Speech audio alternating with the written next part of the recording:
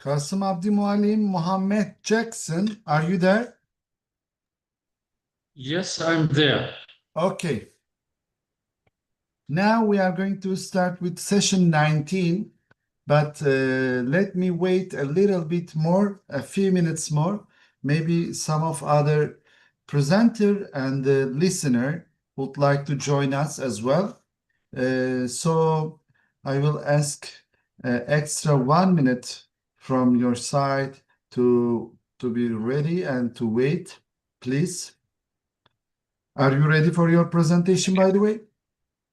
Yes, I'm ready. Okay, that's great.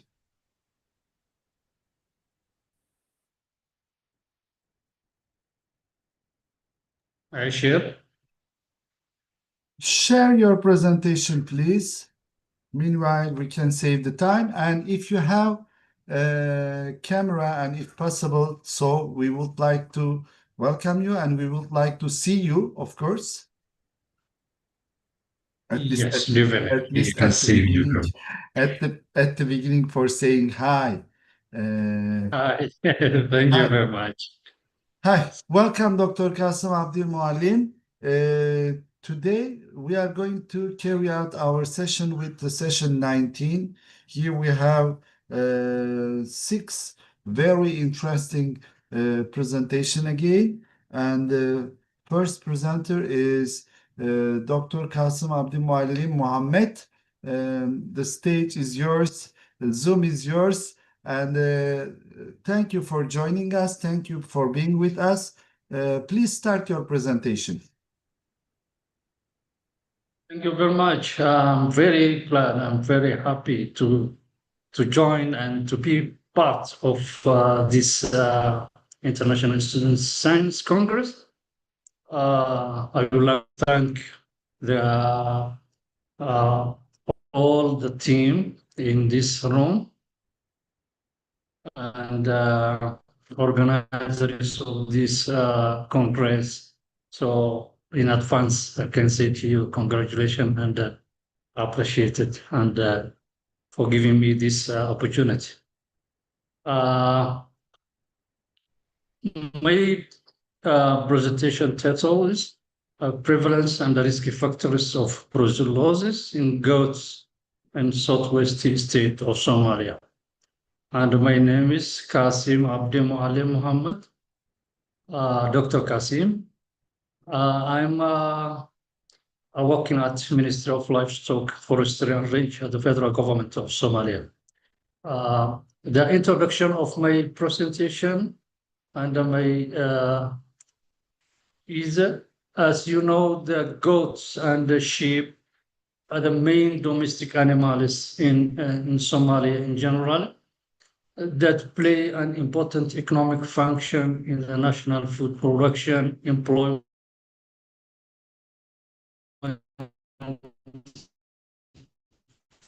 as well as Dear human Qassim, we cannot hear you properly. If possible to speak out a little bit louder, it will be better. By the way, where do you come from? Are you from Somalia as well? And now, where are you connecting yourself? Yes, I'm from Somalia, and now I'm connecting from Kenya, Nairobi. Nairobi. So Okay. I apologize. The connection of the internet here is very weak. So okay, you can turn off your camera to make it better. At least we can listen your voice. I will do the same for you. I will stop my voice and my video. If you need anything, I am here. I am with you. Please let me know. Yes, thank you very much. Can you hear me now well? Yes, now we can hear you better. Thank you very much. As I said, the goats and all small ruminants, goats and sheep are the main domestic animals in Somalia that play an important economic function in the national food production, employment, as well as national revenue through exports. In 2021, Somalia exported around 3 million of animals, with the revenue was $200 million to the Middle East, especially Saudi Arabia and Oman and United Arab Emirates through Berbera port, which is the very important to the Somali economy. The small ruminants are a valuable asset in developing livestock production systems, where most of the goats, 95%, sheep, it's 65%. Africa hosts 33% of this population, and the production is mainly focused in the arid and the semi-arid areas, where the Somalia is located in the Horn of Africa, where the other agricultural systems are not possible. When I come to the disease, brucellosis is a transmissible infection disease, which is zoonotic. As you know, zoonotic, it means disease comes from animals to the human, which is a very critical and very dangerous disease in the common global zoonotic. That threatens to the food security as well as source of the human health problems. Species of brucellosis are classified as gram-negative intracellular coccobacilli bacteria, which after infection humans and the various animals causes brucellosis disease. The brucella species that are common in different animal species, especially the livestock, are Brucella apatas that infect cattle, and the Brucella maltensis that distribute goats and the sheep, and the Brucella suis that infects pigs. The problem statement, why I choose this title and this article and this research, because the Brucella, as I said, is a critical trade barrier to the animal export in Somalia, as countries reject those are importing from livestock from Somalia. They are rejecting imports from Brucella endemic nations, which cause major economic loss in goat industry.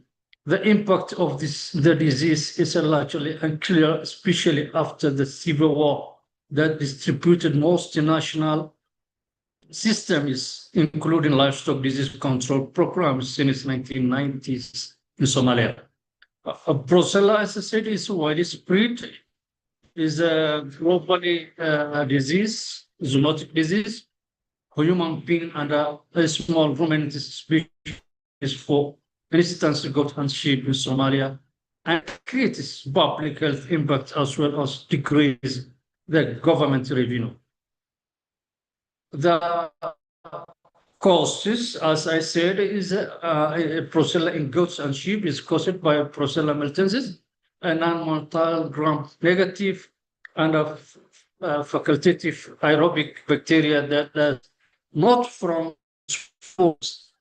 Brucella species are found everywhere in the world except the countries where Brucella apatas, which cause human brucellosis, has been eliminated.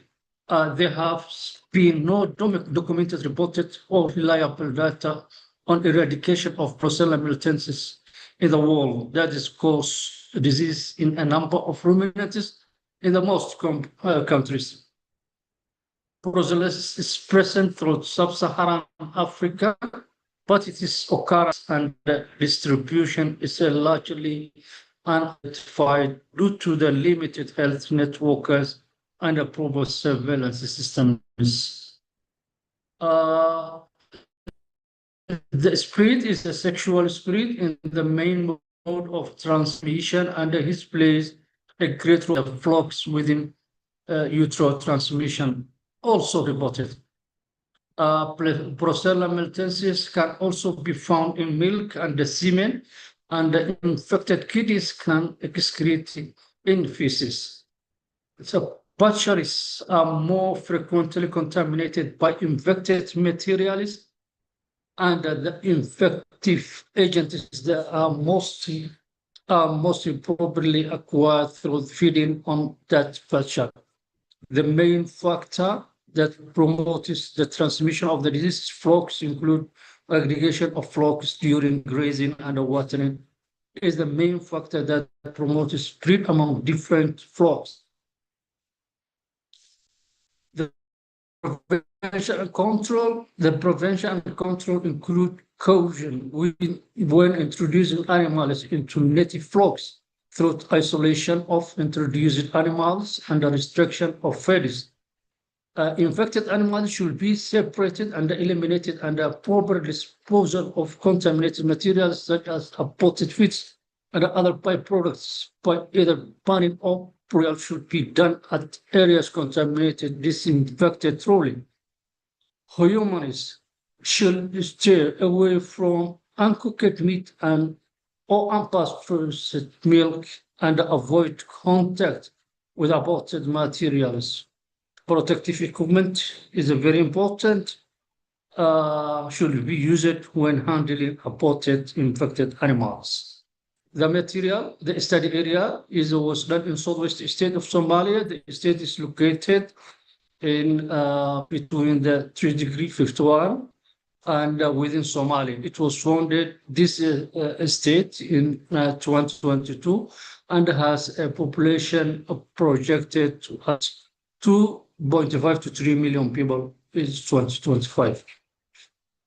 The study design is a cross-sectional design. It involved analyzing serum samples from goat blood and administering questionnaire during sample collection to evaluate the risk issues associated with the occurrence. The selection of study, why I selected this area. The area is chosen based on its relative political stability, near to capital city, and the availability of large number of goats. 3 districts were selected from each of the 2 regions, which is the Bai and the Lower Shabelle, which are closely to the capital city and have a higher population of goats.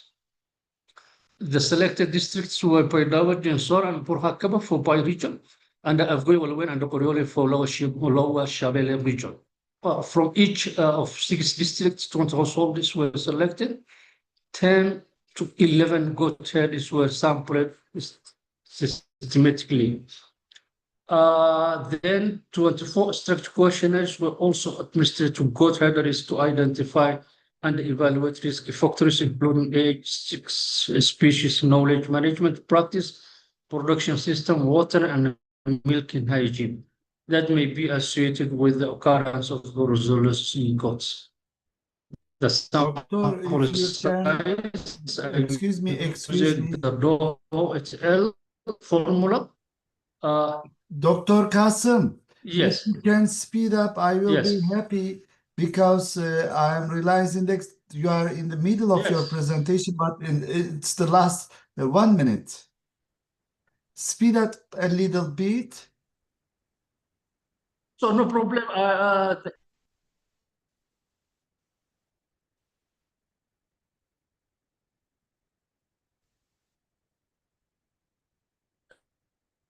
Then I will go to the comparing to the male. The recommendation, implementation of strategies for the control of Brucellosis, which should include managing livestock migration, private grazing, and the dissemination of knowledge to the Somali government. Then institute national or regional Brucellosis surveillance program to monitor disease occurrence and distribution in the region is very important. Then avoid communal grazing and avoid sharing of breeds in the same areas. Public education and hygiene handling and the disposal of abortus materials to be done through banning of burial and through the disinfection of committed areas. Thank you very much. I apologize for the time is short and the slides so a little bit is more. So thank you very much and welcome. Thank you very much for your nice presentation. If there is any question, dear listener, you can ask. dear attendees, you can ask. You're more than welcome to ask any question. We have time for receiving one short question. Thank you very much, Dr. Qassim. If you have time, you can stay with us and enjoy the other presentation. At the end of the presentation, we will have a memory picture. We will take a screenshot and we will share with all of you. Again, thank you once again. Now, I would like to welcome the second presenter.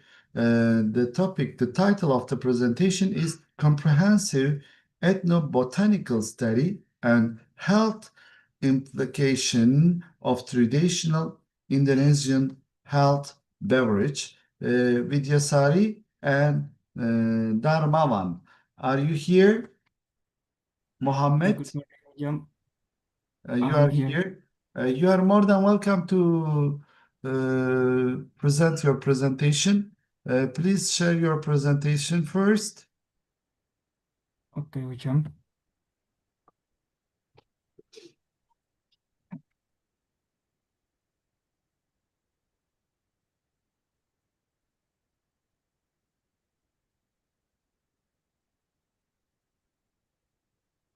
Dear Mohamed, if you have a camera and if it's possible, so if it's not a big deal for you, we would like to see you at least at the beginning of your presentation, to see you and to welcome you. Okay. Can you turn on your camera? Wait. Hello, welcome. Welcome, Jam. Okay. Yes, we can see you right now. Please go ahead. It's time for your presentation. First of all, we would like to know you. Who are you? Where do you come from? Where are you connecting yourself to this symposium? Okay, thank you for the opportunity. Yeah, my name is Mohamed. I'm come from Indonesia and now I'm studying biology in Ege University. And also in this project, I'm collaborate with my friends Adristi or Widyasari with the title Comprehensive Ethnobotanical Study and Health Implication Traditional Indonesian Health Beverage.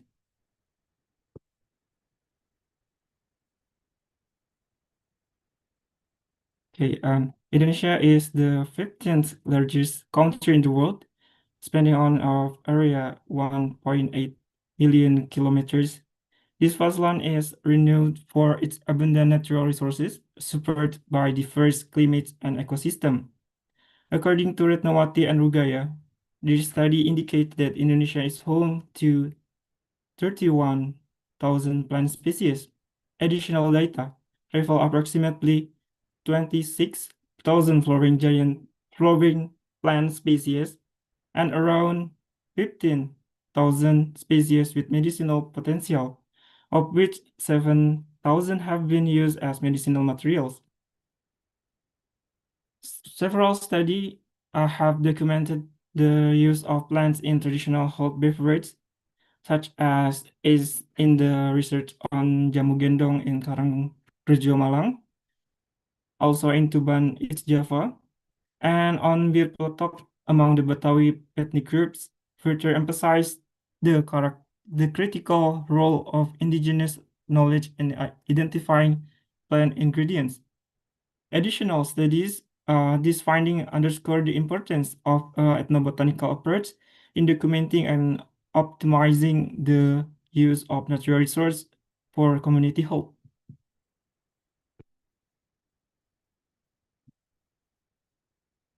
The objective of this research is to identify various traditional Indonesian health beverages along with their recipes and associated plant materials. Additionally, these studies focus on analyzing the health benefits and active components of these ingredients to explore their potential in herbal product development. Our study using a descriptive qualitative investigations, we was conduct from January 15th to February 15th, 2025. The data collection methods using semi-structured interview administered via online questionnaires. Pervasive samples was employed to select key informants, ensuring rich qualitative data. Focus of the data collections, it's focused on understanding informants' knowledge of Indonesian whole beverage and plant use as ingredients and their recipes, component, and benefits. Type of data collect with information on the diversity of plant species and their various uses, informant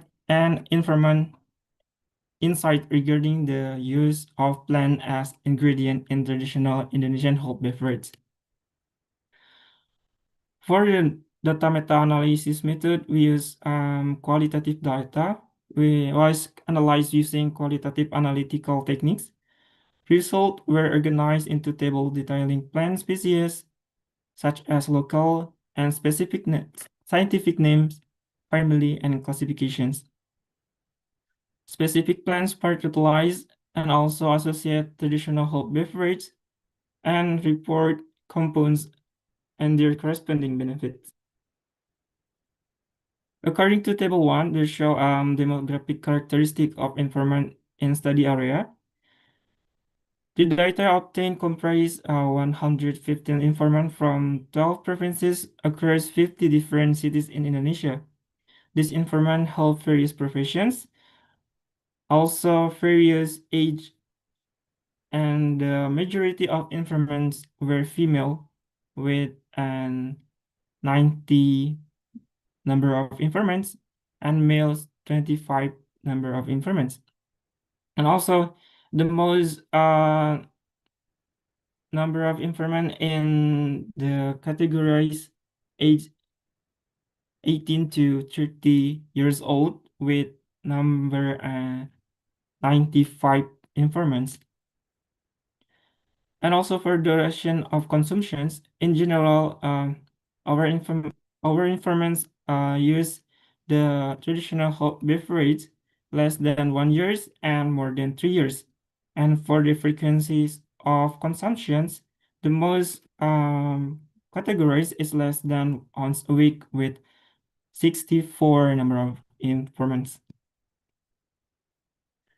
According to Table 2, traditional beverage and the plant species, there are 19 traditional beverages, blend various herbs and spices.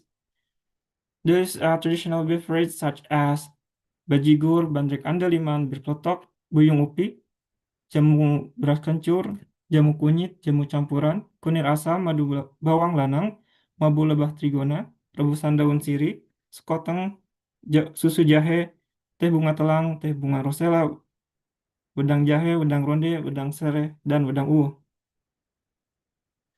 The frequent ingredients ginger, cinnamon, and sugar appear in almost all recipes, emphasizing their core role in the flavor and health benefits.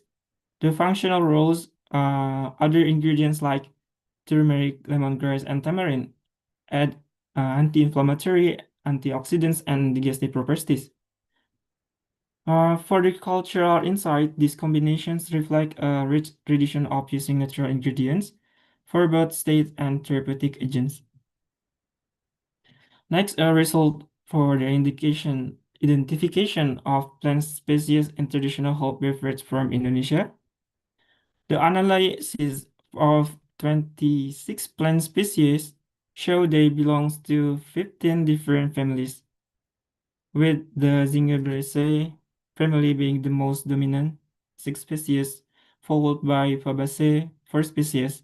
Based on the plant organ used in the table 3, determined leaves are the most commonly utilized part, with percentage 21.4%, followed by rhizome and fruit, 17.9%. This finding align with ethnobotanical study, such as Silalahi et al., which also highlight the diverse use of plant parts in traditional medicines among local communities in North Sumatra. Next is table 4, plant compounds and benefit in traditional hop beverage based on respondent knowledge and based on references. According to table 4, both scientific literatures and respondents' knowledge indicate the traditional whole beverage plants such as turmeric, ginger, tincture, or aromatic ginger, also Japanese turmeric, cinnamon, and lemongrass, contain bioactive compounds such as curcumin, gingerol, santorizol, and essential oils that contribute to antioxidants, anti-inflammatory, and gastroprotective effect. Respondents additionally associate benefit like pain relief, appetite enhancement, and digestive health, which align with finding report by Saviri et al., Philhor et al., and Mo et al.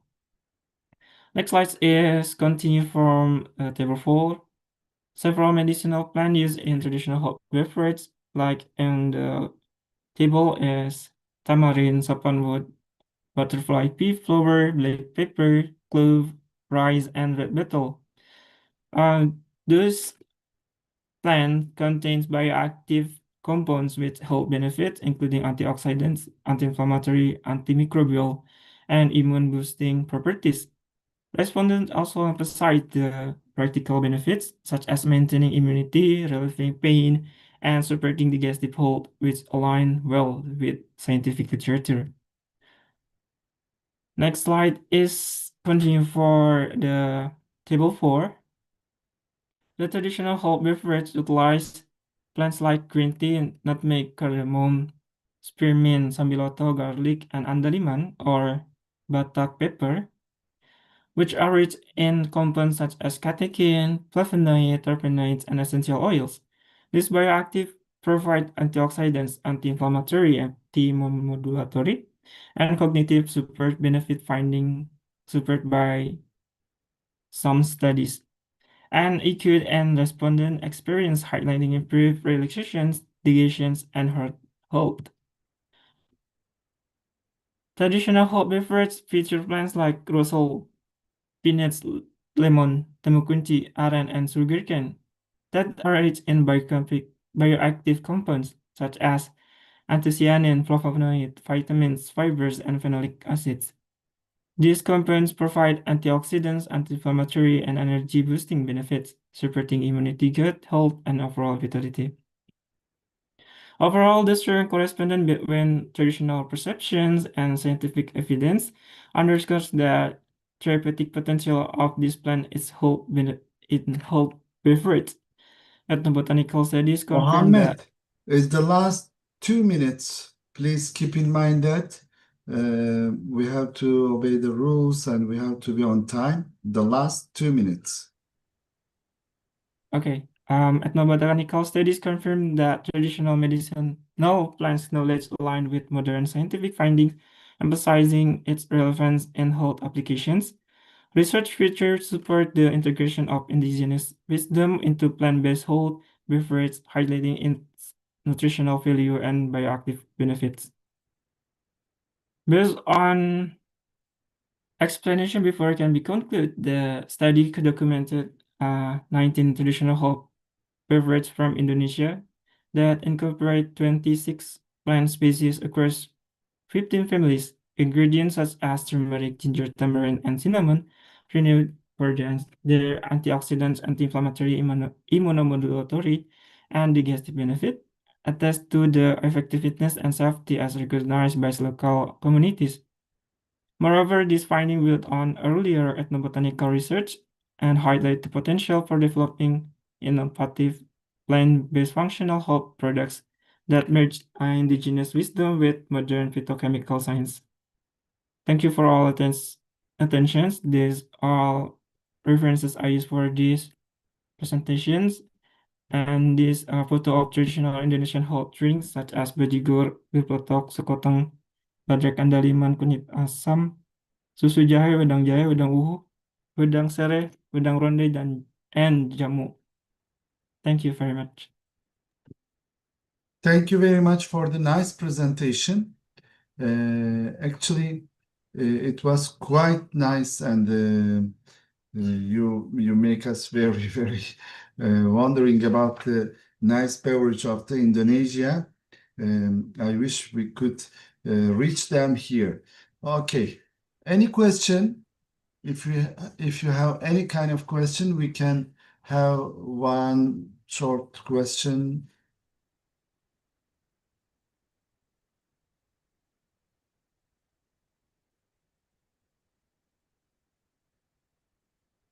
Okay, Mohamed, I can ask you a question. You say that the majority of the informants were female. Is that on purpose or it was just by coincidence? I'm sorry, Hocam, I can hear you. Can you repeat your questions? Yes, you say that the majority of the informants were female. Yeah. Is that on purpose or by coincidence? The second No, it's not. question, Yeah.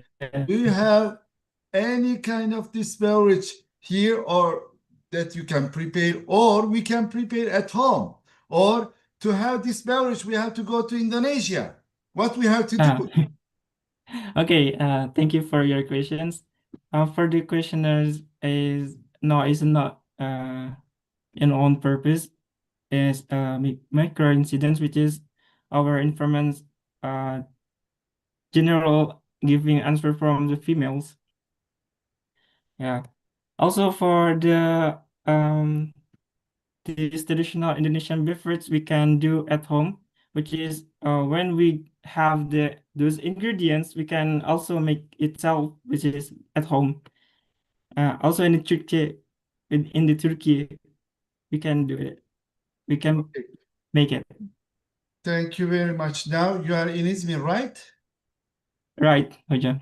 Okay. Um, One day we would like to see you at our university, and we would like to you make some beverage for us. We will buy the ingredients and you will prepare. Inshallah, Hocam. Inshallah. Thank you again. Thank you very much. Okay. Now I would like to continue with the third presenter. Acil servislerde hasta akışını önceliklendiren sistem tasarımı Türkiye ölçeğini sunmak üzere Abdulkadir Alkanat'ı çağırıyorum. Abdulkadir, burada mısın? Buradayım hocam, merhabalar. Merhaba, hoş geldin. Nasılsın? Bulduk, iyiyim hocam, siz nasılsınız? İyiyim, teşekkür ederim. Hazırsan önce çok kısa da olsa bir kendini tanıtmanı isteyeceğiz. Tabii. Sonra da sunumuna başlarsın. Ben hem sesi hem görüntüyü kapatıyorum. Yurt dışından bağlanan arkadaşlar için biraz internetleri zayıf. O yüzden kapatıyorum. Tamam. Söz sende. Seni görebiliyoruz, duyabiliyoruz. Şimdi seni tanıyalım ve ardından sunumunu dinleyelim.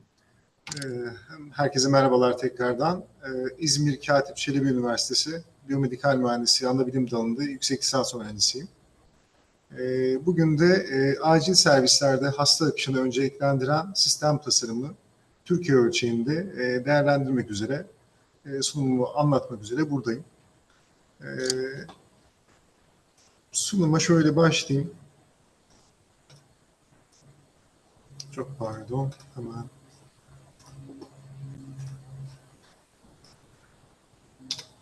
Görebiliyorsunuz değil mi hocam? Evet, evet, görüyoruz. Çok güzel görüyoruz. Şöyle, konuyu seçmemde yüksek lisans tez hocam, Samet Hoca, onun belirlediği bir konu. Doktor öğretim üyesi Samet Çıklaçandır'ın önerdiği bir konuydu. Ve acil servislerle ilgili son zamanlarda yaşanan birkaç tane vefat vakasından sonra bu konuyu değerlendirmeye başladık. Nedir acil servis triyajı? Oradan başlayayım. Acil servislerde triyaj, hastaların tıbbi durumlarına göre aciliyet derecesini hızlı ve sistematik şekilde sınıflandırılmasıdır. Bu süreçte amaç hayati tehlikesi olan hastaların öncelikli müdahale alması, kaynakların verimli kullanılması ve hasta akışını optimize etmektir. Ve bekleme süresini bu sayede azaltmaktır. Literatürde bu 2 ila 5 dakika arasında tamamlanması öneriliyor.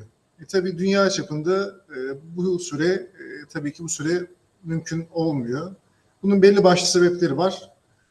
Özellikle hastanenin yoğunluğu, triyajı yapan personelin sayısı, yetkinliği, deneyimi, yine kullanılan triyaj protokolünün çeşidine göre ISSC veya Türkiye'de kullanılan renkli alanlar kodları gibi bu süreler değişkenlik gösterebiliyor. Bunlar geleneksel yöntemler ve bu geleneksel yöntemde çok fazla sayıda eğitimli triyaj personeline ihtiyaç duyuyor. Ve bizim gibi Türkiye gibi ülkelerde, yani nüfusu hızlı artan ülkelerde bu biraz zor. Çünkü yaklaşık günlük acil servislerde, eğitim ve araştırma hastaneleri olsun, 5 büyük şehir hastaneleri olsun, bu sayı 1000 ve üzeri sayılarda. Tabii ki bu süre ayrılamıyor. Tabii sonuçta amaç etkin bir triyaj. Herkese zamanında müdahale, hayat kurtarma ama dediğim gibi yakın zamanda yaşanılan 2 tane kalp krizi vakası vardı. Türkiye'de acil servislerde. Peki Türkiye'de nasıl uygulanıyor? Türkiye'de uygulanma şekli yeşil, sarı ve kırmızı alanlar olmak üzere yine yeşil alan 2 kategoriden, yine sarı alan 2 kategoriden olmak üzere 2'şer kategoriden oluşan yeşil alanda daha çok ayakta tedavisi mümkün olan hastalar, 1 saate kadar hatta 1 ile 4 saat arasında bekleyebilecek hastalar. Sarı alanda hayati tehlikesi olabilecek, biraz daha müdahaleyi hızlı gerektiren, 1 saat kadar beklememesi gereken belki hastalar. Kırmızı kategorideki hastalar ise genelde bilinç kaybı olan ve acil müdahale gerektiren hastalar oluyor. Geleneksel yöntemlerde bu dediğim gibi hasta yoğunluğunun fazla olması, personel yetersizliği ve uzun mesai süreleri gibi nedenlerden dolayı insan kaynaklı hatalara yol açabilmekte. Örneğini verdiğim gibi. Buna çözüm olarak da gelişen yapay zeka teknolojileri ve farklı mantıksal analiz yöntemleri, algoritmaları kullanarak bir acil servis programı, bu süreci optimize etmek için bir program geliştirmeyi hedefledim. Nasıl bir uygulama bu? AI destekli bir uygulama. AI makine öğrenmesi tekniklerini kullanarak alan ataması yapan ve hasta önceliklendirmeyi de bulanık mantık kullanılarak hastayı önceliklendiren bir sistem tasarladım. Hibrit bir sistem. Sınıflandırma sürecini iyileştiren, yoğun oradaki çünkü uzmandan daha çok oradaki karar verici personelin yoğun mesaileri nedeniyle belli bir süreden sonra bu akışlar bozulabiliyor. Sağlıklı kararlar verilmeyebiliyor. Bunu optimize edecek bir sistem, dinamik bir tabii ki dinamik bir sistem düşünüyorum. Ne demek dinamik? Yani hastanın veri kayıtlarından beslenen, daha önceki kayıtlarından bir database'i olan kronik hastalıklarını gözlemleyen bir sistem tasarlamayı hedeflemekteyim. Bunun benzeri çalışmalar var. İşte Birleşik Krallık'ta, yine Güney Afrika'da kullanılan triyaj erken uyarı skoru sistemi var. Bu skor sistemi daha çok vital semptomları alan, göz önüne alan ve buna göre skor üreten sistemler. Örneğin de bu şekilde işte SpO2 seviyesi, oksijen seviyesi her biri için belli bir skor atayan ve bu totalde bu skorların toplamına göre hastayı önceliklendiren bir sistem. Buradaki parametreler sadece hastanın vital dediğimiz semptomlarına göre alınan bir skor. Bizim tasarladığımız uygulamada ise dediğim gibi bulanık mantık ve yapay zekayı birlikte kullanan hibrit bir program yapmaya amaçladık. Burada oluşturduğumuz bulanık mantık hastanın vital hastalıklar, vital semptomların yanında diğer şikayet gruplarını da, işte kardiyovasküler, solunum, nörolojik şikayet gruplarını da alan ve bunları kendi içerisinde değerlendirip finalde bütün sisteme bir skor atayan bir sistem tasarlamaya çalıştım. Fazi sistemi bu işe yarıyor ve fazi sistemine entegre bir AI sistemi, o da kronik hastalıklardan bir ağırlık değeri hesaplayıp bu fazi skoruyla toplayıp hastaya sıralama ataması yapıyor. Burada dediğim gibi akış diyagramına bakarsak değişik şikayet gruplarından, her bir kategoriden hastanın şikayetleri alınıp üyelik fonksiyonlarına, fazi sistemi içindeki, her bir fazi sistemi içindeki üyelik fonksiyonlarına dönüştürülüp buradan skor ataması yapıp finalde bir ana FIS, main FIS oluşturup bir fazi skoru üretiyor ve kronik hastalıklardan AI'den gelen ağırlıkla toplanıp final skorunu üretiyor. Böyle bir arayüz. Burada hastalıkların kategorileri tamamen gizli ve şu amaç pratik bir uygulama olsun. Hastanın verdiği şikayetlerin hangi kategorideyse sadece o kategoriyi etkin hale getirip görünürlüğü, görselliği biraz daha seyretmek, rahatlatmak adına bunu yaptık. Burada vital semptomlar dediğim gibi kritik olan kısım. Şikayetler bazında yani triyajda dünya çapında biraz literatür taramasıyla ulaştığım değerler, ulaştığım kategoriler burada sıralandı. Kardiyovasküler şikayetlerin altında, solunum sistemi şikayetleri altında çeşitli inputlarımız, her bir şikayet grubu için input grubu ürettik. Bunların her biri ayrı bir fazi sistemini oluşturdu. Yine checkbox'ları aktif ettiğimiz zaman bu skorlar, dediğim gibi bu inputlar burada görünebiliyor. Buradan seçimleri bu şekilde bu ekranlardan yapıyoruz. Burada kritik olan benzeri de daha önceki slaytlarda gösterdiğim vital semptomlardan sadece skor üreten sistem. Biz tabii burada vital semptomlar evet ağırlığı fazla olan ancak diğer sistemlerin de bu hesaplamaya dahil olduğu bir sistem tasarlamayı hedefledik. Böyle bir arayüz hazırladık.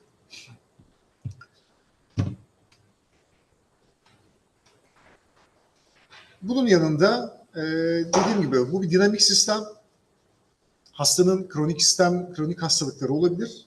Bu kronik hastalıklarında bu ağırlık değerine bir artı değer kattığı bir sistem bu. Bu kronik hastalıklarda yine çeşitli görünen kronik hastalıklar önem derecelerine göre burada sıralandı. Ve buradan AI yardımıyla bir skor üretiyoruz. Bu skorda final fazi ağırlığımıza sıralama ölçütüne ek olarak ekleniyor. Tabii bir de henüz çalışmakta olduğum database kısmı var.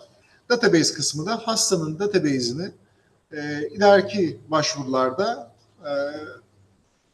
hemen sistemden çekebilmek adına kullanılıyor.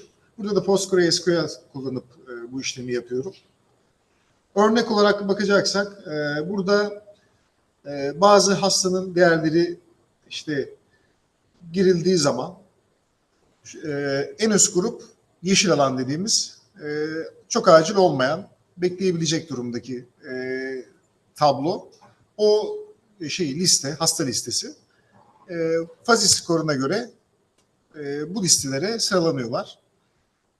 Bunlara ek olarak bir de bilinçsizlik durumu var. Eğer hasta bilinçsizse, yani acil müdahale gerekiyorsa yine oradaki personelin kontrolünde bu tuşa basıldığı zaman hasta direkt önceliklendirip bilinçsiz diye listenin başına alınıyor. Final olarak, sonuç olarak sistemimiz klinik ortamlarda kullanılmak, hızlı ve objektif sonuçlar almak, kullanıcı dostu ve diğer sağlık sistemiyle entegrasyonuna uygun bir altyapı hedeflenmekte. Gelecek çalışmalar için de klinik testler ve çok merkezli uygulamalar yapmak. Yine üyelik fonksiyonlarını uzman görüşleri çerçevesinde optimize etmek ve gerçek zamanlı triyaj entegrasyonunu hedeflemekteyiz.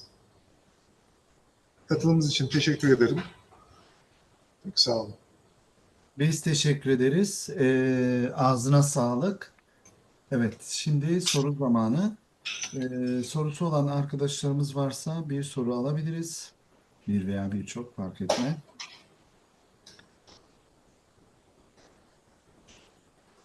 Şimdi ben bir soru sorayım. Bunun önceliklendirilmesine aslında belki acil servislerle ilgili bir çalışan hekimin de dahil edilmesi veya hemşirenin veya hasta bakıcının da dahil edilmesi daha mantıklı ve yararlı olmaz mıydı? Çünkü sahada durum çok farklı. Birinci soru. Birinci sorunun haricinde bir de ikinci soru. Bu sistem oluşursa, ilerlerse ve siz iyi bir seviyeye getirirseniz umarız yaparsınız. Çok iyi olur. Bu yine bunu kullanacak olan bir personel ihtiyacı doğacaktır, değil mi? Tabii. Ama şöyle hocam, bu sorunuzla başlayayım. Triyajda genelde bu konuda uzmanı insanlar oluyor ki direkt kendisi yönlendirsin hastayı. Ama bu bir yere kadar sağlıklı olabiliyor. Çünkü uzun mesai süreçleri sonunda bu aksamaya uğrayabiliyor. Ama bundan sonraki aşamada bu uygulama kullanırken yani bir uzman personel yerine sonuçta bir program yapacağı için sadece girdileri yapacak bir personel olacak orada. Yani kendi yorumunu katacak veyahut da ona bir karar verecek bir mekanizma olmayacak. Onu tamamen program karar verecek. Yani kimin sarı alana, kimin yeşil alana, kimin kırmızı alana gideceğine. Evet. Evet, anladım. Ama orada işte hastanın feedbackleri de önemli değil mi? Yani kesinlikle çok çok çok önemlidir ve belki de buna sizin yapabileceğiniz bir şey yoktur. Hani hasta yanlış ifade ediyorsa kendini ben ne yapayım? Şu anda oluyor. Şimdi şu anda da oluyor da zaten ana amacınız onu çözmek değil mi? Evet. Şöyle aslında şunu çözmeye O bir çalışıyoruz. cevap değil. Onu cevap kabul etmiyorum. Öncelikle Tabii. onu söyleyeyim de onu çözemeyecekseniz bunun yapılmasının bir anlamı kalmıyor. Çünkü bu ekran üzerinden belki bir ileri aşamasında bunu belirleyecek bir sistemle bunu entegre edeceğiz. Çünkü database'den beslenecek bu sistemler. Eğer veri sürekli aynı veriyle gelmiş ve bir tedavi devamlılığı sağlanmamışsa orayı oyaladığını bu AI sistemiyle tespit edebileceğiz. İkinci bir durum en önemlisi belki. Burada acil servisi meşgul etmeleri. Yani gerçekten acil olan durum ve meşgul eden durum. Burada bu sıralamada bu bekletme işlemini özellikle onlar için yapıyoruz. Yani burayı boşuna meşgul etmeyecek sistemler. Evet, akıllı bir sistem, dinamik bir sistem. Bunu tespit edecek algoritmalarda ilerleyen aşamalarda database'den beslenerek tabii ki tespit edip geliştirmeyi hedefliyoruz. Teşekkür ederiz tekrardan. Rica ederim. Şimdi bir sonraki sunum yapmak üzere arkadaşımızı davet edeceğim. Now let's welcome Yasmin Ahmet going to present the presentation title Determination of Contraceptive Use and Unmet Need for Family Planning Among Married Women in Nigeria. Are you here, Yasmin? Can you hear me? Yes, I am. Can you hear me? Yes, now I can hear you. Welcome. Thank Please, you. first of all, briefly introduce yourself. Who are you? Where are you coming from? And then start your presentation. Please keep in mind that you have 15 minutes for your presentation. Now it's your turn. And if Okay, thank you possible, very much. please, can you turn on your camera just to say hi to everybody and to Okay, see sure. I can do if that. possible. Okay. Can you see me now? Yes, we can see you. Okay. Welcome again. Thank you. Good day, everyone. My name is Yasmin Ahmet, a doctorate candidate in the Department of Public Health at 9 Eylül University. I will share my screen now and begin with the presentation.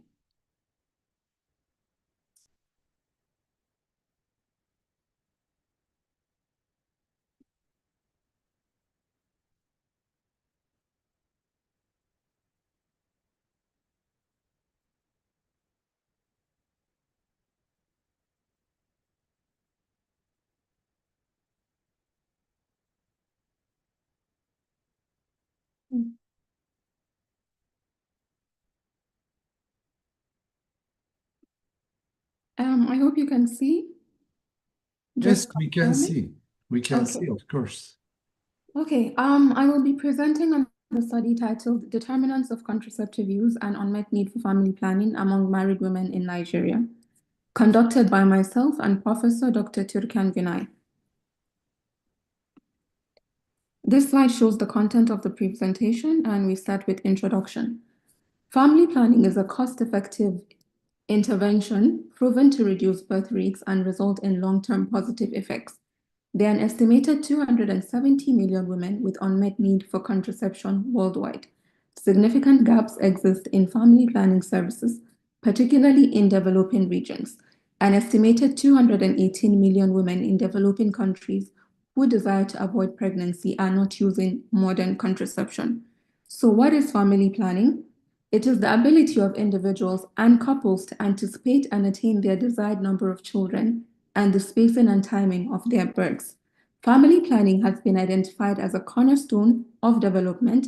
It has crucial benefits, which include empowering individuals and couples to control pregnancy timing and family size, reducing maternal deaths by 44%, and preventing unsafe abortions. It also impacts economic stability, education access, and women's empowerment, amongst others. Since we have established what family planning is, so what then is unmet need of family planning? It is the proportion of women of reproductive age who want to avoid pregnancy but are not using any contraceptive methods or are using a method that is ineffective. For better understanding of the study, here are a few statistics on Nigeria and its demographics. Nigeria is a country located in West Africa.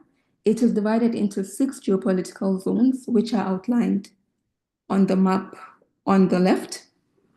Nigeria has the fastest growing population in Africa with over 220 million people. It has a high fertility rate of 5.3 births per woman. 1 in 5 married women has an unmet need for family planning. It has a Human Development Index of 0.56, ranking 164 among 193 countries. According to the results of the Nigeria Demographic Health Survey, modern contraceptive use in Nigeria only increased from 4% to 12% from 1990 to 2018. In addition, the use of any contraceptive method was found to be 17% only. The use of modern contraceptive method was found to be higher in sexually active unmarried women at 28% than in sexually active married women at 12%. Unmet need for family planning was also found to be 48% among unmarried women and 19% among married women. Among currently married women aged 15 to 49, met need for limiting was 70%, met need for spacing was 10%, unmet need for limiting was found to be 7%, unmet need for spacing 12%, and no need for family planning at all to be 64%. Globally, 77.5% of women have their family planning needs met. However, this is not the case in Nigeria. Nigeria's stagnation is attributed to persistent barriers such as cultural religious resistance, limited healthcare access, inadequate funding for family planning programs, misinformation, and gender inequities, also ambivalence. These highlight the need to focus on repositioning family planning as a key health and development issue in Nigeria. There is also a need to evaluate the effectiveness and efficiency of existing national family planning programs and create effective programs that take into account appropriate contraceptive barriers. This study aims to determine the determinants of contraceptive use and unmet need for family planning with specific objectives as follows. All data used in the study were originated from the dataset of the Nigeria Demographic and Health Survey, which was conducted in 2018. It is the last survey of its kind and was implemented by the National Population Commission. The 2018 NDHS is a national sample survey that provides information on demographic and health indicators, specifically information on fertility, awareness, and use of family planning methods, and other health-related issues. The sample frame used in the study was adopted from the Population and Housing Consensus of the Federal Republic of Nigeria. Nigeria is divided into states. Each state is divided into local government areas. And in accordance, each locality was subdivided into areas called enumeration areas. The NDHS used a stratified sample selected in 2 stages, and stratification was achieved by separating each of the states into urban and rural areas. Samples were selected independently in every stratum via a 2-stage selection.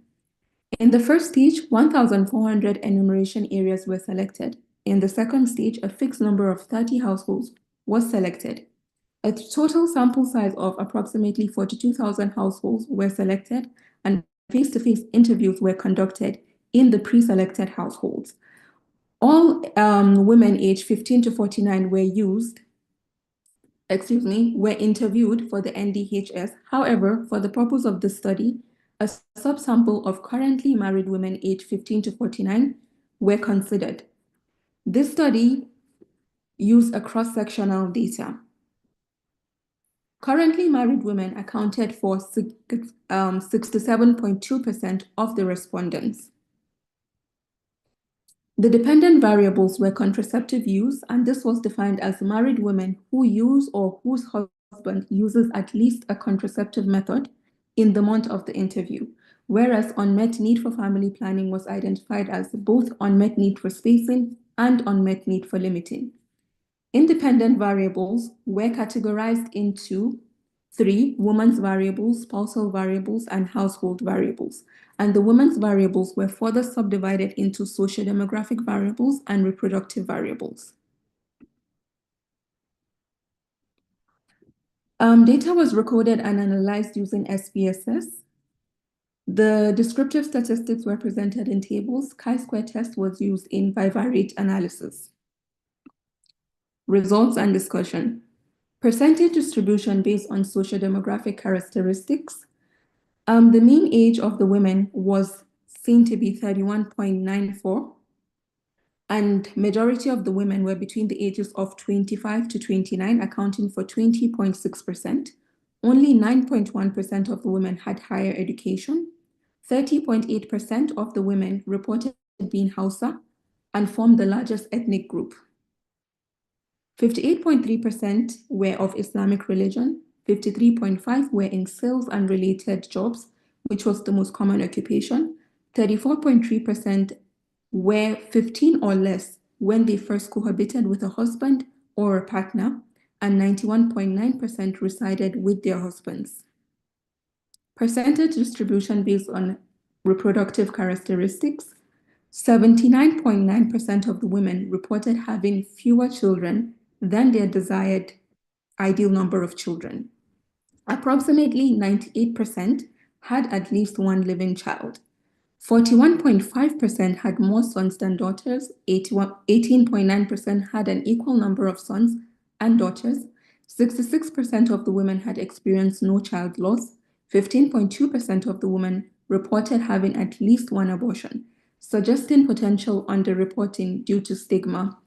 Only 24.9% had correct knowledge about ovulatory cycle. 33.5% of the women wanted children within 2 years. Majority of the women, 93.4%, knew modern methods of contraception. However, most of the women, 84.6%, were not using any contraceptive methods. Percentage distribution of spousal characteristics. Majority of the husbands, 27.4%, were age 50 and above, and only 1.9% accounted for those who were 25 or less. 34.9% had no formal education, and 15.6% attained higher education. 39.7% were into the agriculture or related sectors, reflecting Nigeria's largely agrarian economy. 44.6% of husbands wanted more children than their wives, which underscores the power imbalance in reproductive decision-making in Nigeria. Based on selected household characteristics, there were 64.2% of the women living in rural areas compared to 35.8% in urban areas. The regional breakdown demonstrates a pronounced north-south divide, with most of the women residing in the northern area as opposed to those in the south. The wealth index distribution reveals more of the women being in the poorest and poorer wealth index, as opposed to only 16.8 being in the richest. The chi-square tests of association between the sociodemographic characteristics and current contraceptive use showed the following results. Age demonstrated association with contraceptive use. Women aged 35 to 34 showed the highest uptake of contraceptive use, suggesting family planning is primarily utilized by older women who may have completed their desired family size. Educational attainment significantly influence contraceptive use. High contraceptive use in educated women here can be attributed to greater health awareness. Ethnicity and religion also significantly influence contraceptive use, with Hausa women and the Muslim women showing lower uptake of contraceptive use. This likely reflects cultural and religious influences on family planning attitudes in northern Nigeria. Residents with partners shows no significant Yasmin, I have to inform you that you are over the time. Actually, please make it shorter and go to the conclusion directly, because we are running out of the time, even 2 minutes more. Sorry, I thought I started a bit later than 12. I didn't know I had exceeded the time. Anyway, Okay. now try to complete your presentation within 1 or 2 minutes. That's Okay, why I gave you extra 2 minutes. We started 2 minutes late. I Okay, gave you extra 2 thank you. minutes, and that 2 minutes even lasted. Okay. Association also exists between actual ideal gap and contraceptive use. Women who had achieved higher ideal family size showed the highest contraceptive uptake. Child loss, knowledge of ovulatory cycle, desire for children also were significantly associated. Regarding husband characteristics, the test reveals contraceptive use was statistically significantly associated with husband age, educational level, occupation, and desire for children. In terms of household characteristics, a statistical significance was observed between area of residence and contraceptive use. This suggests potential urban-rural inequalities in access to services and resources. Regional variations were also observed, with the Southwest and Southeast having the highest proportions of current contraceptive use, as opposed to the North, which had the lowest. This aligns with existing evidence of regional disparities in socioeconomic and health indicators in Nigeria. Residents in the richest wealth index had higher contraceptive use compared to the poorest, reflecting documented wealth-related inequalities where economic status strongly influences access to healthcare. The statistical significance for all variables underscores the need for targeted intervention to address these disparities. I will move on to the conclusion now. This study provides insight to the prevalence and determinants of contraceptive use and unmet need for family planning in Nigeria. Nigeria's demographic future depends on urgent targeted investments in family planning. Scaling up access is not just a health issue, it's an economic, social, and moral imperative. Recommendations: there is a need for policymakers to design targeted interventions aimed at reducing discontinuation rates, addressing unmet needs, and improving access to family planning. There's also a need to expand community health worker programs to improve rural access, integrate family planning with maternal health initiatives, public awareness campaigns to counter myths and religious opposition, and there's a need to leverage partnerships for funding and technical support. Thank you for your attention, and thank you for listening. Thank you very much, Yasmin. Sorry about exceeding the time. No, it's okay. It was a really great job, great work. I congratulate you and your Thank you. supervisor once Thank you. again. If there is any question, I can get one short question from audience. I think no, it was quite clear, intensive, lots of statistical data and lots of work. Congratulations once again. Thank you very much. Thank you. Now I'm going to move the next presenter. Mahmut Balla Kamara is here. Can you hear me? Yes, I can hear you. Thank you so much. Welcome. The presentation title is The Impact of Water, Sanitation and Hygiene in Public Primary Schools, Northern Sierra Leone. Are you in Sierra Leone right now? Yes. I'm in Sierra Leone right Okay. now. We are glad to see you, and please go ahead with your presentation. Briefly introduce yourself and then start with your presentation. Thank you so much. I am Mahmoud Bala Kamara and a graduate student from İzmir Katip Çelebi University, Turkey, MSc Healthcare Management, and also undergraduate student Jala University, Sierra Leone, where I did my undergraduate environmental management and quality control. And now I'm presenting on the topic, the impact of water, sanitation, and hygiene in public primary schools, Northern Sierra Leone. But I don't know if you are seeing my screen. We cannot see your screen, but we can see you. So let me continue, right? Yes. Okay, thank you. You're welcome. So that's the topic, and good. So the introduction to the impact of water, sanitation, and hygiene in public primary school, WASH. So that is the acronym. WASH is an acronym that stands for Water, Sanitation, and Hygiene. It refers to the collective policies, practices, and facilities. We cannot see your presentation. Oh, I think I have technical issue here. Let me see if I can be able to share it. Okay, I mean, if we can see your presentation, it could be better. Okay, let me see. I don't know where If I you are can. in phone, maybe you can stop the camera and just to share with us, it could help you.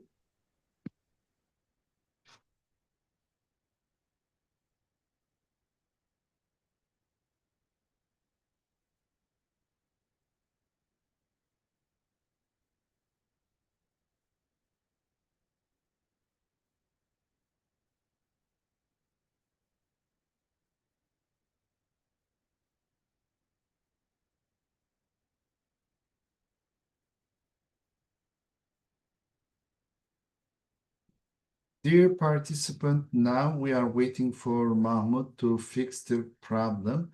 I hope that he will fix soon. Please. Sir, Yeah. I may have a suggestion if it works. Yeah. If the next presenter is ready, we may move Definitely. forward and then wait for him to come back, Definitely. because it looks like he was joining from his phone. So I don't know how it could be possible for him to share with the phone. Definitely. Yes. Maybe he's gonna come later. Ingrid, Maybe. are you here? Ingrid? Ingrid is here, but Ingrid her microphone is closed. Ingrid Sukmawati. So Alif, yes, is here. I know he's here. I can see, but what can we do? Okay. Yeah, Anyway, unfortunately, now we receive Mahmoud again. Anyway.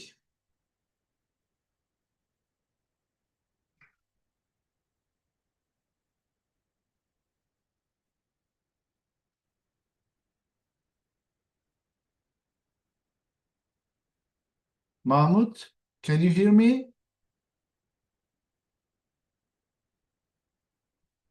Yes, I can hear you now. I have challenge with sharing my screen. Yes. So can I share my screen here? Mr. Mahmoud, you are using a phone, so there is no way to share with your phone. It would be better. Yeah. So you don't have that option from Android, I think. I've never tried, but Yes, because I'm trying, but I'm not seeing. Good. The other option is that, Mahmoud, right now you cannot solve the problem as soon as possible. if there is a way for him to share his presentation, we can help him with sharing, and then he's going to explain Send the fast. presentation. Send the presentation to Alif. Okay, so let me send it to Alif right now. Meanwhile, if Ingrid is here and can hear me, please answer. Ingrid, are you there? Yeah, sir. Okay, please, can you start your presentation? After you, I will give the speech to Mahmoud. Now, Okay. probably your presentation is ready. Meanwhile, Mahmoud, please, you send your PDF document, not as a PowerPoint, Okay. because PowerPoint, it's too big, the size is too big. Send it to Alif, please, and then he Okay. can help you about presenting your presentation. Okay, so thank you very much. Let me do that You're now. welcome. Welcome, Ingrid Sukmawati. Please briefly introduce yourself. Down your camera a little bit more, or you go up. Introduce yourself and start with your presentation.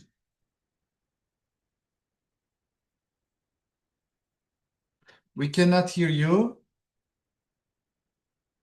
Now, even we cannot hear you either. Your microphone is closed. Yeah, I'm sorry. Yeah. Briefly you- introduce yourself and Okay. start your presentation. Okay. Thank you very much, Sir Ahmed, and good afternoon, everyone. My name is Ingrid Sumawati. It is a truly pleasure to be here today, and to have the opportunity to speak with all of you. So my name is Ingrid Sumawati, and here's my research about mechanism of rosemary, Rosmarinus officinalis L, preventing Alzheimer's disease with in silico. And this is my background about my research. Excuse me, Ingrid, where are you from? I come from Indonesia, University Indonesia. Right now, you are over there or you are in Turkey? in Indonesia. Okay. Can you convert your presentation into the full screen on the left-right button? You can see there. Yes. Thank you very much. Yes. So this is my background, my research. According to Alzheimer's Indonesia, in the 2022, every 3 seconds, one person in the world experience Alzheimer's disease.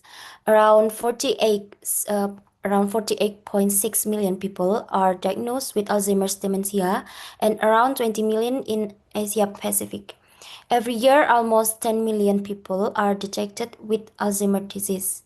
Estimate in 2015 showed that around 46.8 million people are affected by dementia worldwide.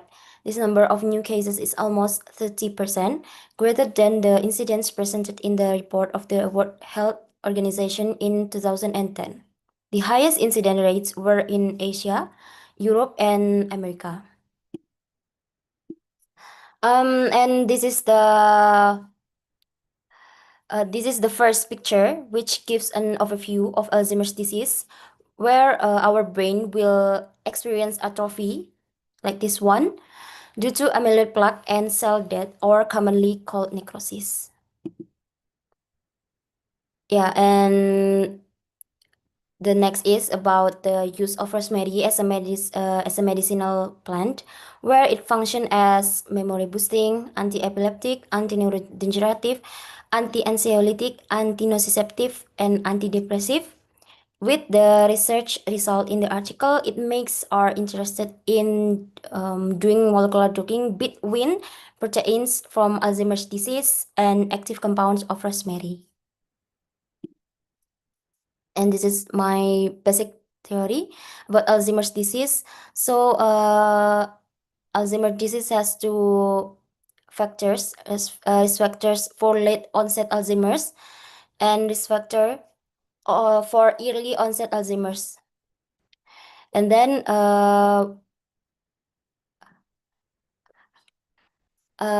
abnormal processing of amyloid precursor protein to increase formation and reduce clearance of amyloid beta peptide. Cause aggregation of amyloid beta, inflammation, excitotoxic, and then hyperphosphorylation tau microtubule stabilization protein, and then formation of intracellular neurofibrillary tangles composed of hyperphosphorylated tau. So all of them can make neuron degeneration and atrophy of hippocampus area, and then lost cholinergic neurons like glutamatergic, noradrenergic, and serotoninergic neuronal loss. This is my purpose of my research. Number 1, obtaining the active compound content of rosemary, Rosmarinus officinalis phytochemically. Number 2, proving the affinity of the active compound of rosemary to beta secretase. And then number 3, proving the affinity of the active compound of rosemary to myeloperoxidase. And number 4, proving that the active compound of rosemary meets Ahmet prediction. And then number 5, proving that the active compound of rosemary meets physicochemical prediction. And here is about my method. So, this is the 3D from beta secretase with PDB ID 1FKN. And then this is myeloperoxidase 1D7W. Myeloperoxidase is a protein that is classified as an enzyme, has 2 twin chains. So when doing molecular docking, only one chain must be selected. This conceptual framework illustrates the mechanism of action in silico evaluation of active compound from rosemary, Rosmarinus officinalis, in the context of Alzheimer's disease pathogenesis. So this is my result, and this is my result.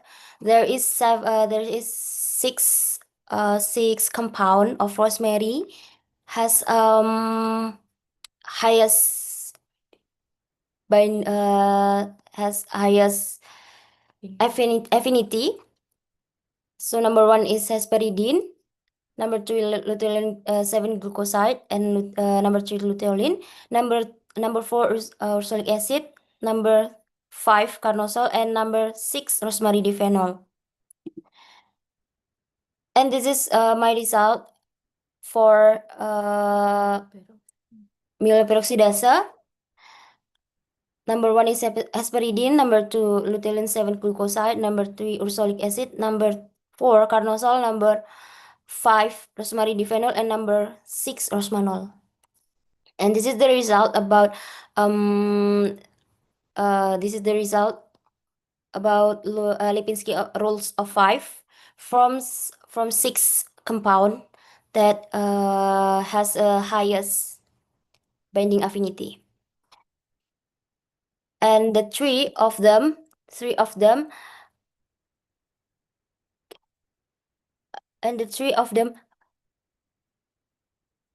like rosmanol, rosemary diphenol, and carnosol is the best result. And this is the result about ADME, absorption, distribution, and metabolism and excretion. So The conclusion is rosemary diphenol and carnosol are active compounds of the terpenoid group that are projected to have potential as anti-Alzheimer's disease through an anti-inflammatory mechanism by inhibiting the myeloperoxidase enzyme. Both compounds can be developed as oral drugs and have good bioavailability, but must pay attention to the dosage to ensure that the compound is able to penetrate the BBB. And here's my references.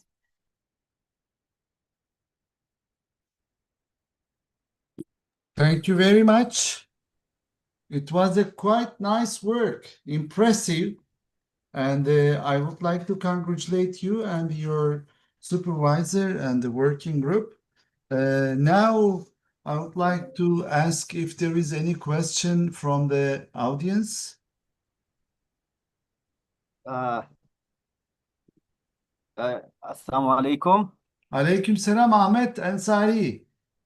Ya, nasılsınız hocam? İyi misiniz? İyiyim, teşekkür ederim. Sen nasılsın? Ben de iyiyim hocam. Teşekkürler. Senin ülkenin Ben kıyafetlerini gördük. İçtiğin çayı gördük. Mekanını gördük. Ne güzelmiş ya. evet hocam. Teşekkürler. Sağ olun Rica hocam. ederim. Ben de ülkedeyim, Afganistan'dayım. Çok Evet. güzel. Evet, evet. Çok sağ olun hocam. Teşekkürler. Actually, I work in soil erosion and sediment transport. I really, I don't actually, I don't have an idea, but just I want to say that orang Indonesia, orang sangat baik. Yeah, because I did my master degree in Malaysia. Malaysian and Indonesian, they're both one nation, one language, very kind people, nice people. So I used a sentence in Indonesian language that I told that the people of Malaysia, Indonesia is the good people, the best people. I spent 2.5 years in Malaysia. Yes. That's great. I would like to ask you a question, Ingrid. If you can answer, I'll be glad. If not, it's okay, no problem. Have you ever tried to make an in vitro study with your extract? I mean, you are telling us that rosemary can prevent or at least to stop the Alzheimer disease effect or the progress of the Alzheimer disease. Am I right?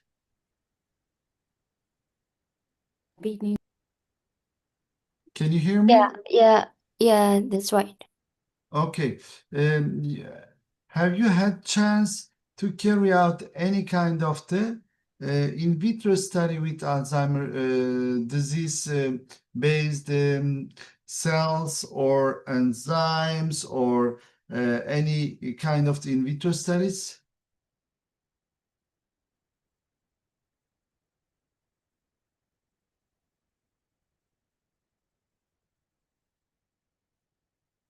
I cannot hear you because your microphone is off.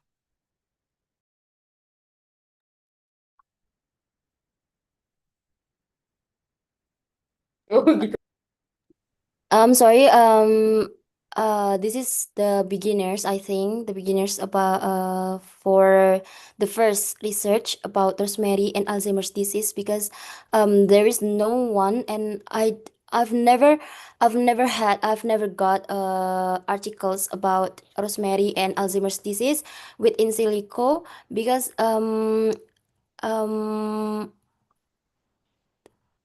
like I've never got it in the internet or something or article like that. Okay, so what exactly you performing? Probably I missed the point. I mean, you are making some kind of research on rosemary mechanism, how it's avoiding to Alzheimer disease or to progress of Alzheimer's disease, or to prevent, or to cure of the Alzheimer's disease? In which part specifically you are targeting? To prevent, or to detect, or to cure?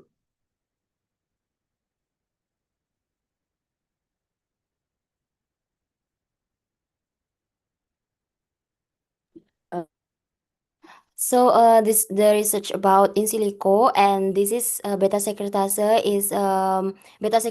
and myeloperoxidase is protein from Alzheimer's disease. Like we will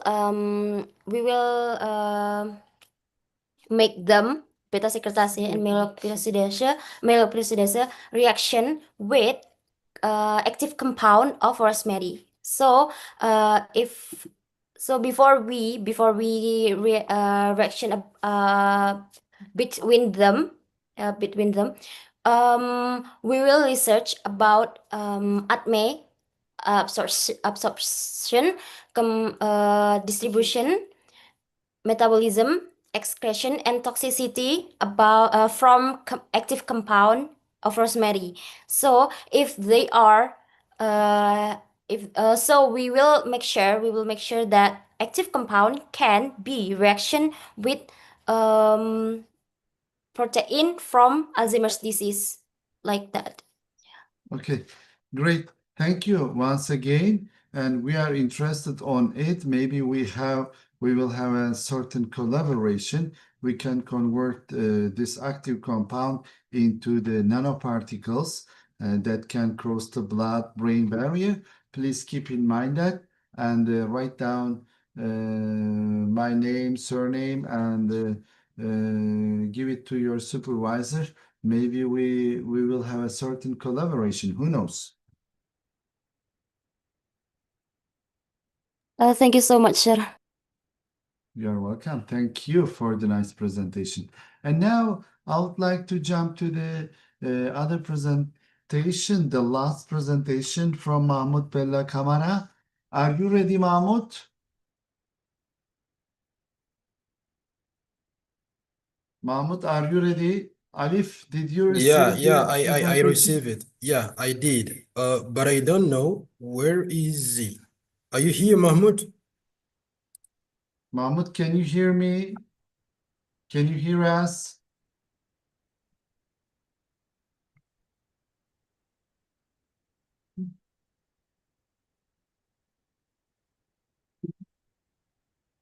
Mahmut,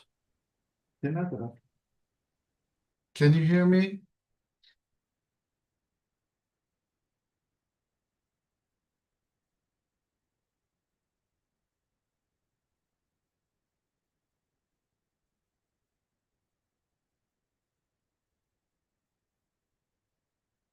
Anyway, Mahmut, can you hear me? This is the last call for you. Yes, I think he's joining us right now. Now he's coming. Now he's coming. Yes.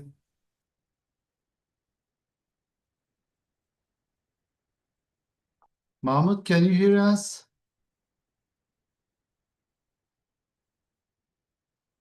Yes, he's there. And turn on your microphone. I will do that.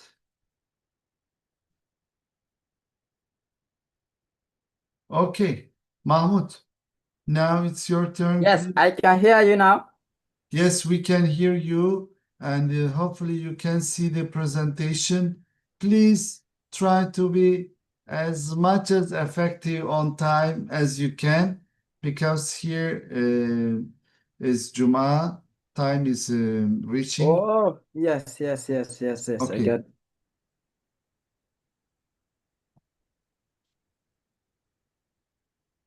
So, but I think, okay, let me continue with the problem statement, or I should start with the introduction. I've introduced myself, right?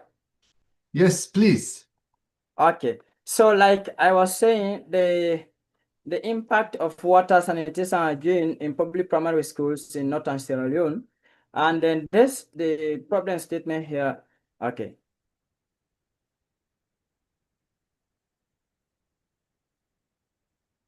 Okay.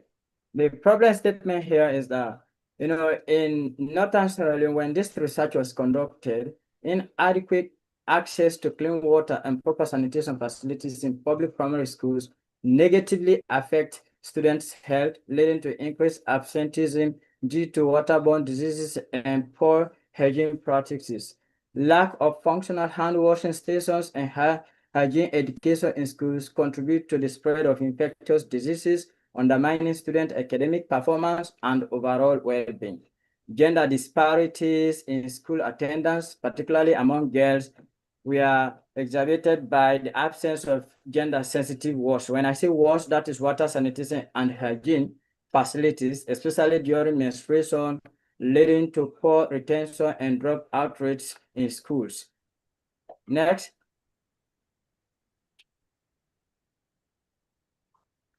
This research has specific objective.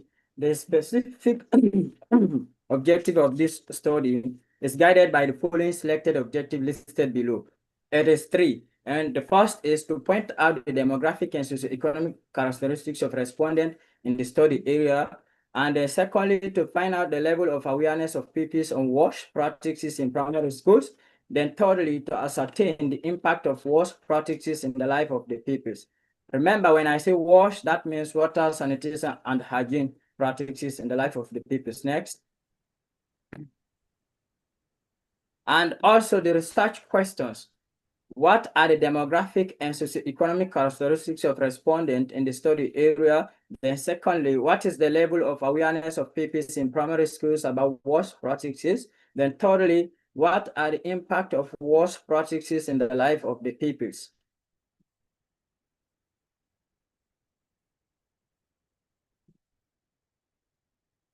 Then the methodology, the mixed method we are used, that is both qualitative and quantitative methods we are used to collect data. The instrumentation, the study tools are structured questionnaires, observational fact sheet, interview schedules, focus discussion group, and checklists for administrators in various schools.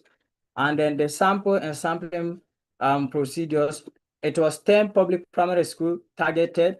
And out of these 10 public primary schools, the first 3 schools, we selected 14 pupils plus 2 teachers. That is 16 people from 1 school. Multiplied by 3 schools, we got 48. That is the remaining 7 schools. We selected 10 pupils plus 2 teachers. That is 12 people from 1 school. By 7 schools, got 84. And then that total 112 pupils we are targeted with addition of 20 primary school teachers or the administrators from the 10 schools as the sample size, and that is equals to 132. And the reason why, the reason why the first 3 schools we are selected, the difference between the 3 first schools and the 7 schools, I'm going to explain them under this methodology right now. The sample size was determined through simple random sampling procedure. This research targeted 10 public primary schools, like I earlier stated, in Simpuna Chiefdom, that is Northern Sierra Leone, in which 14 pupils from 3 of the schools that has got classes 4 to 6, because here in Sierra Leone, some schools has class 4 to 6 and some just class 5.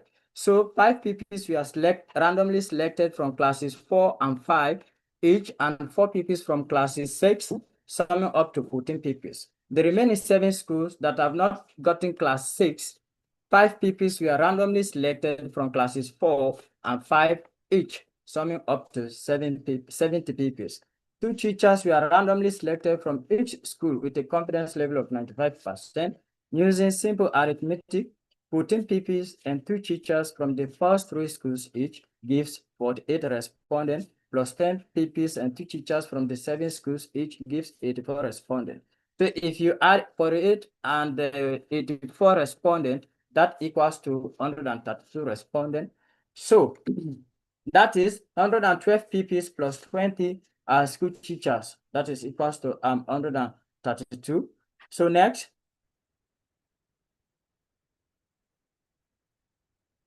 Next slide, please. Mr. Alif. Alif. Yes. Fast, I want to finish it before the time ends. I'm sorry, I was. Okay, exactly. So from the methodology, we come to the key findings. That is under the key findings, the part one, the level of awareness of PPs and worst practices.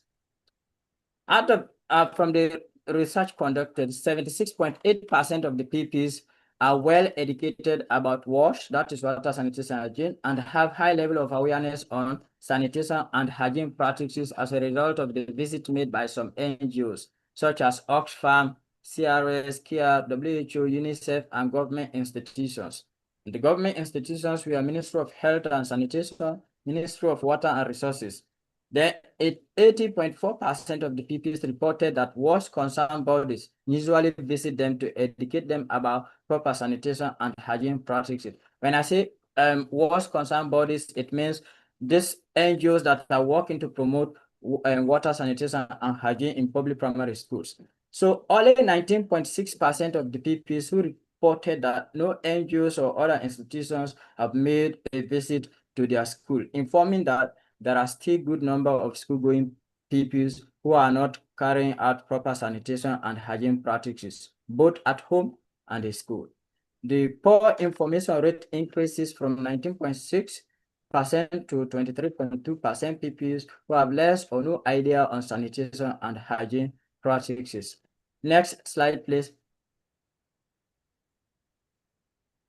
Key findings continue. Next slide. So the demographic characteristics of the respondent, the age of respondent in the study area. Because of time, I will not be able to explain every depth of it. So according to this research, majority of the respondents were between the ages of 14 to 16 years at 27.3% and 11 to 13 years at 23.5%, because they can be able to give meaningful information, and most of the PPs were at the age of 7 or above before admitting to school. So by the time they are promoted to classes 4 or 5, they will have attained either of the ages above. So only 18.9% of the PPs started schooling at the age of 5 or 6. Those at the age of 16 years and above are the least at 15.2% reported. That was due to the low level of educational awareness of the parent, which caused them to start schooling late. And most commonly, some of them used to fail from class 1 to the other level. Next slide, please.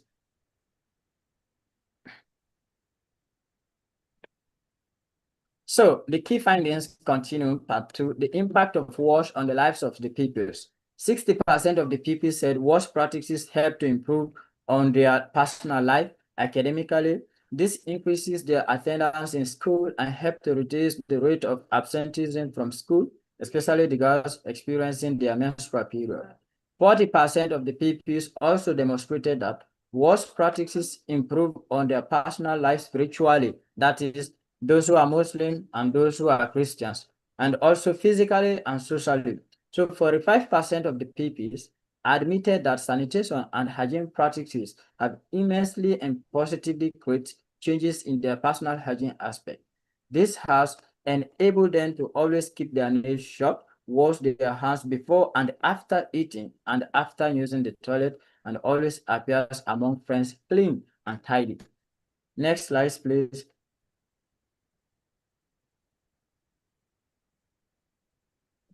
We come to the conclusion and recommendations. I made this slide so short and brief because of the timing. So the conclusion and recommendations, the government, the MOH, that is the Ministry of Health and Sanitation, the Ministry of Water and Resources, and the local council should also increase their support for school infrastructure, especially sanitation facilities in public primary schools. Because like in most private schools, they have sanitation infrastructure well in place, but mostly public primary schools. So further in-depth studies should be carried out in this and other parts of the country to inform the status of sanitation facilities in schools in Sierra Leone. This will enable the country to know where we stand in regard to the Sustainable Development Goal as well as Vision 2030. The Safety Standards Manual for Schools, being a Ministry of Education, Science and Technology publication, should be available to all school heads. to be read to students or to be distributed or to be included in the curriculum. So this can be easily done during the annual school health meetings, and in addition, the education officers in the district as well as chiefdom level should ensure those unable to attend get copies. Next slide, please. Wow. So thank you for your attention. Thank you. Thank you. If you have any questions so far, you can ask. And this is my contact, my email address, and you can get me through Facebook, Instagram as well. Thank you for your attention. Thank you for listening. Thank you very much for the nice presentation. If there is any question we can get. Is there any question? If not, now the time is for just turn off your microphone, all of you, and turn on the camera as Mahmoud does already, Ahmet does already. Let's have a screenshot as a memory of today. Please turn on your camera. If possible, so, I mean, sometimes it's not possible for somebody. If possible, I would like to see all of you, wherever you are, it doesn't matter. You are welcome to our home. You are our guest, all of you. We are very glad to see all of you. Okay, now probably we can get a screenshot like this.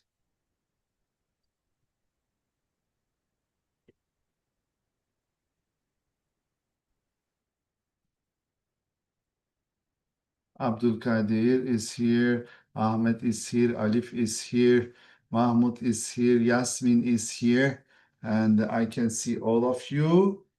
Thank you once again.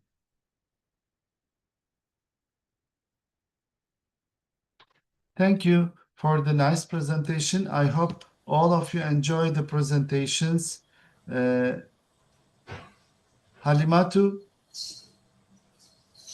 can you hear us? Yes. Okay. Have a nice afternoon, let's say. Enjoy your meal wherever you are, because in somewhere it's evening, in somewhere in the early in the morning, in somewhere it's afternoon. Have a nice day, let's say. Thank you for joining us. Thank you for being with us. Enjoy your day and enjoy the presentations. Thank you. Thank you. Bye. Thank you. Bye bye.